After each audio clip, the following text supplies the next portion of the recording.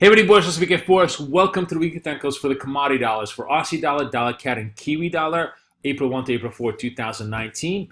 Story in the calm dollar land this week is going to be a little bit more muted. There is less data for us to take a look at, but the recovery at the end of the week, sort of the push into risk, left a positive glow against most of the calm dollars as we move forward.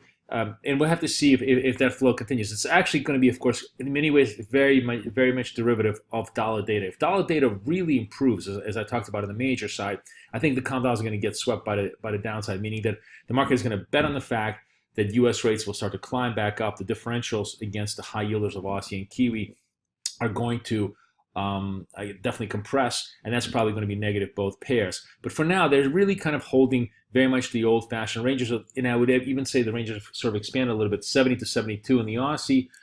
Dollar CAD really hit a hard wall at the 34s here, with support now at 32, and Kiwi essentially trading at 69 to 67. Kiwi, the weakest of all because of the RBNZ dovish stance last week that really hit it hard. But if you think about this, it really wasn't. It was a dovish stance in the sense that it went to a purely neutral model, but it did not in any way, shape suggest that they were imminently going to cut rates going forward. So we'll have to see how that progresses. The market kind of reacted and then stopped right away in terms of its price action. Looking into the data set this week, very little data we have. We have obviously the RBA cash target it's been a non-event for 25 months, and it will be another non-event this week.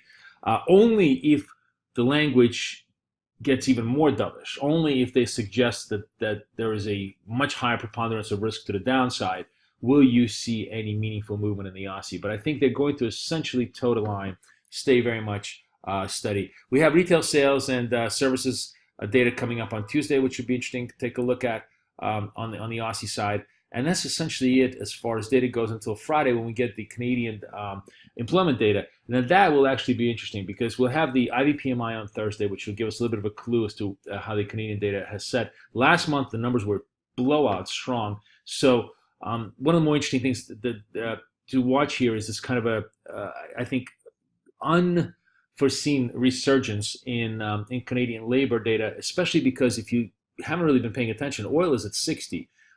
And still, even though it's not nearly as oil-dependent economy as it used to be, that's still a very, very positive value on the edges for the Canadian economy. So be watching that data as well. There's a sneaky possibility here that the Canadian data could surprise to the upside, which will be, I think, bullish Canada and maybe even take it to 130 as we go forward. Now, looking at the charts here, let's start with the Aussie first. What you see is just a very, very mild, slow positive build. I mean, the fact we closed above a 20 SMA, we held bid here ahead of the 70.50. These are very, very tiny clues to the fact that the buyers are scooping up the pair right around underneath here. There isn't much catalyst here to the upside. As I said, negative U.S. data will actually be a catalyst here because negative U.S. data will suggest that U.S. rates are going to go even further to the downside, and that compression in the two differentials should help us to the upside, maybe to 71, 71.50. But it's a slow, kind of a very mild move here. If you look at it, really, we haven't moved much between 70 and 71 over the last month or so. That's been the consolidation phase here. It still remains a 70-72 range. I don't think it stays that way for the near term. Kiwi got hurt very badly off the RBNZ, but again, ran into this decent support ahead of the 67.50. Now, these are all key levels. The strong dollar trade will break every one of these levels. The strong dollar trade will break the 70 Aussie, will break the 67.50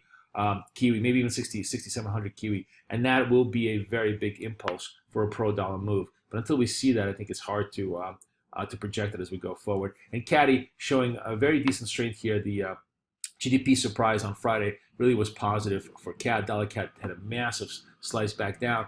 CAD is very, very tough trade to trade generally because it's always one step forward, two steps backwards.